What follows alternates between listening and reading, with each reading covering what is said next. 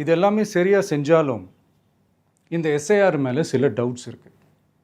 அது என்னென்னா, இந்த 6,36,00,000 வாக்காளர்களுக்கு ஒருத்தர் விடாமல் இந்த ஒரே மாதத்துக்குள்ளே எப்படி எல்லாருக்குமே அந்த ஃபார்ம் போய் ரீச் ஆகும்? ஒன்று. ரெண்டாவது, நீங்கள் வரும்போது வீட்டை பூட்டிட்டு வேலைக்கு போயிட்டு என்ன பண்ணுறது? இப்போ நீங்கள் வருவீங்கன்றதுக்காக வேலையெல்லாம் விட்டுட்டு வீட்டுக்குள்ளேயே உட்காந்துட்ருக்கணுமா? ஸோ இதில் மெயினாக பாதிக்கப்பட போகிறது உழைக்கிற மக்கள், ஏழைகள், வேலைக்கு போகிற பெண்கள். இவங்களுக்கு யார் கரெக்டான அந்த பதில் சொல்ல போகிறது?